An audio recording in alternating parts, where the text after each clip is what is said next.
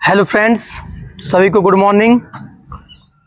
और जो है आज मैं आपके लिए एक नई वीडियो जो कि 12th क्लास की इंग्लिश ग्रामर से रिलेटेड है। और आपका जो है पिछली 2-3 वीडियो में सिंथेसिस जो टॉपिक है उसकी डाल चुका हूं, जिनमें पार्टिसिपल और इन्फिनेटिव के प्रयोग द्वारा हम 2 या 2 से अधिक सेंटेंसों को जोड़कर एक सिंपल सेंटेंस बनाते थे। उसी में आज जो न्यू टॉपिक है इसमें वो है using by nominative absolute. Nominative absolute का प्रयोग करके हमें 2 या 2 से अधिक सेंटेंसों को जोड़कर एक सिंपल सेंटेंस बनाना है। तो नॉमिनेटिव एब्सोल्यूट का प्रयोग करके एक सिंपल सेंटेंस किस प्रकार बनाते हैं और नॉमिनेटिव एब्सोल्यूट होता क्या है इसके बारे में समझते हैं। पहले नॉमिनेटिव का अर्थ होता है कर्ता, सब्जेक्ट, जबकि एब्सोल्यूट का मतलब होता है स्वतंत्र। इसमें हमें कर्ता को स्वतंत्र करना होता है, यही कहलाता है नॉमिनेटिव एब्सोल्यूट। तो हमें कर्ता को स्वतंत्र करना है और कर्ता को स्वतंत्र करके हमें 2 या 2 से अधिक वाक्यों को जोड़कर एक सिंपल वाक्य बनाना है, एक सिंपल सेंटेंस फॉर्म करना है। तो उसमें हम नॉमिनेटिव एब्सोल्यूट का प्रयोग करेंगे। और नॉमिनेटिव एब्सोल्यूट का हम प्रयोग कब करते हैं 2 या 2 से अधिक सेंटेंस को जोड़ने के लिए, वो मैं बताता हूं। आपको ध्यान रखना है कि जो दोनों वाक्यों के फर्स्ट और सेकंड दोनों वाक्यों के जो सब्जेक्ट होंगे वो दोनों वाक्यों के सब्जेक्ट आपके डिफरेंट होंगे, अलग अलग होते हैं। आपने देखा था इन्फिनेटिव में, इन्फिनेटिव के प्रयोग द्वारा जब हम 2 या 2 से अधिक सेंटेंस को जोड़ते थे तो उन दोनों में सब्जेक्ट सेम होता था। बट अगर आपको नॉमिनेटिव एब्सोल्यूट का प्रयोग करना है तो उन दोनों सेंटेंसों में जो सब्जेक्ट हैं वो सब्जेक्ट आपके अलग अलग होते हैं, डिफरेंट होते हैं। उसके बाद आपको ध्यान देना है, जिस प्रकार आपने इन्फिनेटिव में देखा था सेम वही कंडीशन इसमें होती है, बस उसमें और इसमें यही अंतर है कि सब्जेक्ट उसमें सेम होते थे, जबकि हमारे नॉमिनेटिव एब्सोल्यूट में दोनों के सब्जेक्ट डिफरेंट होते हैं। वहां पे भी आपने देखा था कि एक वाक्य में आपको, एक सेंटेंस में आपको रीजन दिखाई देता है और दूसरे वाक्य में आपको उसका क्या मिलता है, रिजल्ट मिलता है। एक में आपको कारण दिखाई देता है और दूसरे में आपको उसका परिणाम मिलता है। ये इनकी पहचान है। यही आपकी इन्फिनेटिव से भी यही था, बस उसमें अंतर यह है कि दोनों के सब्जेक्ट सेम होते थे। तो एक सेंटेंस में कारण, रीजन, और दूसरे सेंटेंस में आपको मिलता है परिणाम। और एक बात और ध्यान रखनी है कि जब भी हम नॉमिनेटिव एब्सोल्यूट का प्रयोग करते हैं तो नॉमिनेटिव एब्सोल्यूट का प्रयोग हम जो है कारण वाले सेंटेंस में करते हैं। तो कारण वाले सेंटेंस की ही बनती है नॉमिनेटिव एब्सोल्यूट। तो मैं लिख देता हूं इस बात को, नॉमिनेटिव एब्सोल्यूट कारण वाले सेंटेंस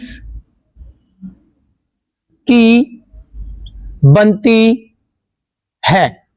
जो नॉमिनेटिव एब्सोल्यूट बनता है वो कारण वाला सेंटेंस जो आपको रीजन दिखाता है उसी की नॉमिनेटिव एब्सोल्यूट बनती है। अब इसके रूल क्या होते हैं वो रूल आपको ध्यान देना है। फर्स्ट रूल है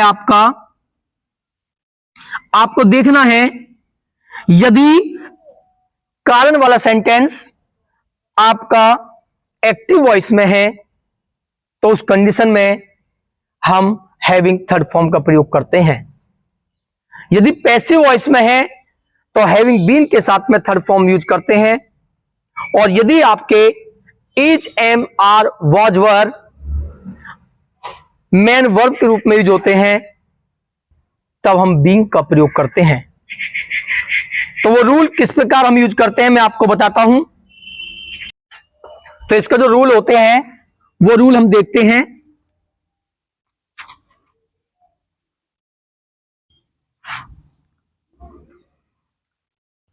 इनमें जो आपका फर्स्ट रूल होता है, सबसे पहले आपको ध्यान रखना है, मैंने बताया है आपको कि जो नॉमिनेटिव एब्सोल्यूट बनाते हैं वो रीजन वाले, कारण वाले सेंटेंस के बनाते हैं। तो हमें देखना है कि जो रीजन वाला सेंटेंस है, जो कारण वाला सेंटेंस है, वो कारण वाला सेंटेंस की 3 कंडीशन हो सकती हैं। फर्स्ट कंडीशन, यदि वो एक्टिव वॉइस में है। अगर एक्टिव वॉइस में है तो आपको यूज करना है सबसे पहले सब्जेक्ट। रीजन वाले सेंटेंस के लिए है ये। जो आपका परिणाम वाला सेंटेंस होता है, रिजल्ट वाला सेंटेंस, उस सेंटेंस को तो केवल हम कॉमा लगा के जोड़ देते हैं। जो भी करना है हम रीजन वाले सेंटेंस में करते हैं, कारण वाले सेंटेंस में करते हैं। तो ध्यान रखना, अगर वो एक्टिव वॉइस में है तो आपको क्या करना है, सब्जेक्ट के बाद में आपको हैविंग प्लस थर्ड फॉर्म का यूज करना है। थर्ड फॉर्म लगानी है। अगर वो सेंटेंस आपका पैसिव वॉइस में है तो उसमें आपको सब्जेक्ट के बाद में हैविंग बीन के साथ में थर्ड फॉर्म यूज करनी है, हैविंग बीन। और अगर आपका वो सेंटेंस, उस सेंटेंस में is, am, are, was, were मुख्य वर्ब के रूप में है, is, am, was, were, are, ये मुख्य वर्ब के रूप में है, तो उस कंडीशन में आपको करना है सब्जेक्ट प्लस बीइंग। ये सेंटेंस आपका बनता है। तो ये इसके रूल है, ये रूल आपको ध्यान रखने हैं। अब इन रूल का किस प्रकार हम प्रयोग करते हैं, हम एग्जाम्पल के माध्यम से उसे बहुत अच्छे तरीके से समझ सकते हैं। तो मैं कुछ एग्जाम्पल आपको देता हूं, तो देखते हैं, एग्जाम्पल के माध्यम से हम समझते हैं। एक एग्जाम्पल है आपका, the game was over. The game was over. दूसरा सेंटेंस है आपका, ऑल द प्लेयर्स डिस्प्लेस।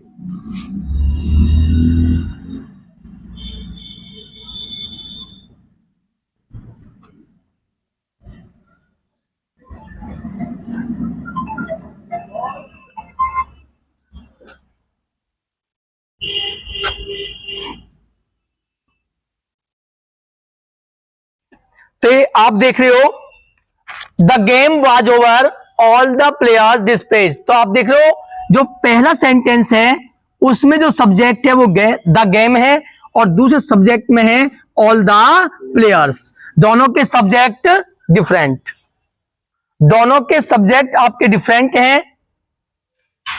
और आप देख रहे हो कि गेम ओवर होता है और जो प्लेयर्स हैं वो डिस्प्लेस हो जाते हैं, यानी कि इनके जो प्लेयर्स हैं उनके डिस्प्लेस होने का जो कारण है वो गेम का ओवर होना है, गेम का समाप्त होना है।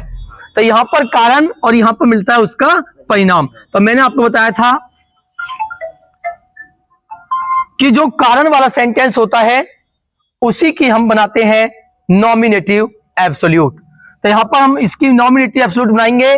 अब आप देखते हो, नॉमिनेटिव एब्सोल्यूट बनाने के लिए और एक सिंपल वाक्य बनाने के लिए हम देखते हैं, इसी की हम बनाते हैं नॉमिनेटिव एब्सोल्यूट। तो मैं बताया सबसे पहले आपका सब्जेक्ट आएगा, तो यहां पर सब्जेक्ट है द गेम। अब आप देखिए ध्यान से, इसमें वर्ब नहीं है, was, is, am, are, was, were main verb के रूप में है वाज, तो हम प्रयोग करते हैं बीइंग। तो आप यूज करोगे बीइंग ओवर। दूसरे सेंटेंस को कॉमा लगाकर जोड़ दिया जाता है, all the players displace.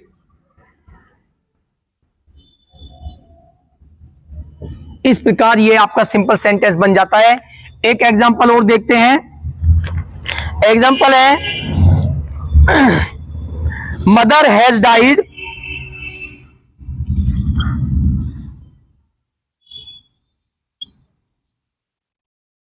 mother has died, full stop, the children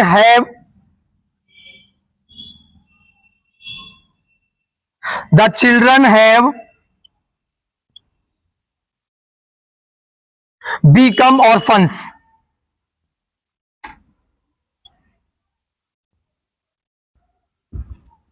become orphans। जो माता है वो मर चुकी है और जो बच्चे हैं वो अनाथ हो चुके हैं। तो आप देखते हो कि बच्चों के अनाथ होने का कारण क्या है? माता का मर जाना, डाइड। तो ये देखते हो, ये सेंटेंस, ये कार्य आपका क्या शो करता है? जो पहला सेंटेंस है वो आपका शो करता है कारण, और ये जो सेंटेंस है ये आपका शो करता है परिणाम। कि अनाथ हो जाने का जो कारण है वो माता का मर जाना है। तो आप देखते हो कि ये सेंटेंस आपका कारण वाला है और ये सेंटेंस आपका परिणाम वाला है, और दोनों के सब्जेक्ट को आप चेक कर सकते हो। दोनों के सब्जेक्ट कैसे हैं? डिफरेंट। दोनों के सब्जेक्ट डिफरेंट है। तो इसकी जो हम नॉमिनेटिव एब्सोल्यूट बना का यूज करके सिंपल सेंटेंस में इसको कन्वर्ट करेंगे, तो हम इसी सेंटेंस का कारण वाले सेंटेंस के बनाते हैं नॉमिनेटिव एब्सोल्यूट। तो सबसे पहले आता है सब्जेक्ट, और सब्जेक्ट यहां पर मदर। उसके बाद में आप देख रहे हो हैज डाइड, एक्टिव वॉइस है, तो आप लगाओगे, मैंने बताया आपको, जब ये आता है एक्टिव वॉइस होता है तो आपको लगाना होता है हैविंग के साथ में वर्ब की थर्ड फॉर्म यूज करोगे। तो आप लिखोगे हैविंग डाइड, और कॉमा लगा के दूसरे सेंटेंस को जोड़ दिया जाता है। The children have become orphan, बच्चे अनाथ हो गए। एक और एग्जाम्पल देखते हैं। द किंग वॉज किल्ड,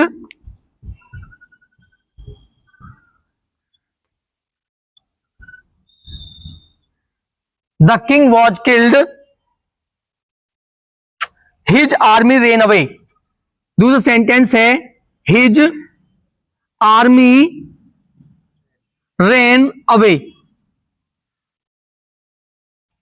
तो आप सेंटेंस देखते हो कि जो पहला सेंटेंस है, राजा जो है मारा जा चुका है, मर चुका है राजा, और उसमें लिखा हुआ है उसकी जो सेना है वो भाग गई। तो सेना के भागने का कारण क्या बना? राजा का मरना, यानी कि राजा मरा तो उसका कारण ये हुआ कि सेना भाग चुकी है। तो ये जो सेंटेंस है शो करता है आपका परिणाम, रिजल्ट, जबकि जो पहला सेंटेंस है वो शो करता है उसका कारण। और मैंने बताया कारण वाले सेंटेंस की ही हम बनाते हैं नॉमिनेटिव एब्सोल्यूट। अब आप इस सेंटेंस में चेक करोगे तो वॉज के साथ में किल्ड आया हुआ है, ये पैसिव वॉइस में है। वॉज के साथ में क्या हुआ है? Third form. Is, am, are, was, verb के साथ में थर्ड फॉर्म आती है तो पैसिव वॉइस में होता है। और मैं बताया पैसिव वॉइस में आप लगाते हो हैविंग बीन के साथ में वर्ब की थर्ड फॉर्म। तो आप लिखोगे, इसकी सिंपल सेंटेंस बनेगा आपका, पहले आता है सब्जेक्ट द किंग, और उसके बाद में आएगा वॉज के प्लेस पर हैविंग बीन, और वर्ब की थर्ड फॉर्म किल्ड, और दूसरे सेंटेंस को कॉमा लगाकर जोड़ दिया जाता है। तो हिज आर्मी रेन अवे। इस प्रकार ये हमारी पैसिव सिंपल सेंटेंस बन जाते हैं। कुछ और एग्जांपल देखते हैं। तो देखते हैं, एक सेंटेंस आपके पास, the college was over, the boys went home, the boys went home। आप देख रहे हो जो कॉलेज है वो बंद हो चुका है फर्स्ट सेंटेंस में, और दूसरे सेंटेंस में द बॉयज वेंट होम, बच्चे जो है वो घर लौट आए हैं। तो बच्चों के लौटने का कारण क्या बना? कॉलेज का बंद होना। तो ये सेंटेंस में आपको कारण दिखाई दे रहा है और इस सेंटेंस में उसका परिणाम मिलता है और दोनों के आप देखते हो सब्जेक्ट कैसे हैं, अलग अलग है, डिफरेंट है। तो हम इसे नॉमिनेटिव एब्सोल्यूट से बना सकते हैं। तो जो आपका कारण वाला सेंटेंस है उसी की आपको नॉमिनेटिव एब्सोल्यूट बनानी है। तो आपका जो सिंपल सेंटेंस बनता है, सबसे पहले आपका आता है सब्जेक्ट, सब्जेक्ट है द कॉलेज। उसके बाद में आपका वॉज के प्लेस पर आता है, आप देख रहे हो वॉज ओवर है, तो आप देख रहे हो इज, एम, आर, वॉज, वर अगर आपके आते हैं तो आप जो है बीइंग का प्रयोग करते हो। तो इसीलिए इसमें हम बीइंग का प्रयोग करेंगे, बीइंग ओवर, कॉमा लगाकर दूसरे सेंटेंस को जोड़ दिया जाता है। The boys went home. एक और सेंटेंस देखते हैं। सेंटेंस है it is very hot today. It is very hot today. दूसरा सेंटेंस है I did not go out. I did not go out. ये सेंटेंस आप देखते हो। पहले सेंटेंस में दिया हुआ है कि आज बहुत गर्मी है और दूसरे सेंटेंस में है कि मैं जो है बाहर नहीं जा सकता। तो बाहर नहीं जाने का कारण क्या बनता है, आज गर्मी का होना। तो इस सेंटेंस में आपका रीजन है, कारण है, और दूसरे सेंटेंस में उसका परिणाम है, रिजल्ट है, और दोनों के सब्जेक्ट कैसे हैं, डिफरेंट है, अलग हैं। तो हम बना सकते हैं इट इज के प्लेस पर इज मैन वर्ब के रूप में है, और जब मैन वर्ब के रूप में होता तो हम यूज करते हैं being. It being very hot today. उसके बाद में दूसरे सेंटेंस को जोड़ दिया जाता है, I did not go out. इस प्रकार एक सेंटेंस और देखते हैं। द पुलिस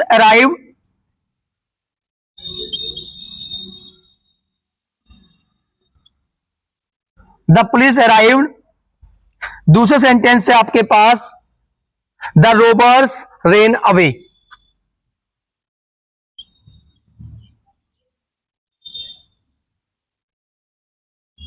ये सेंटेंस आप देखिए, पहले सेंटेंस में क्या है, पुलिस आई, पुलिस का आना, और जो रोबर्स है, डाकू हैं, उनका भाग जाना।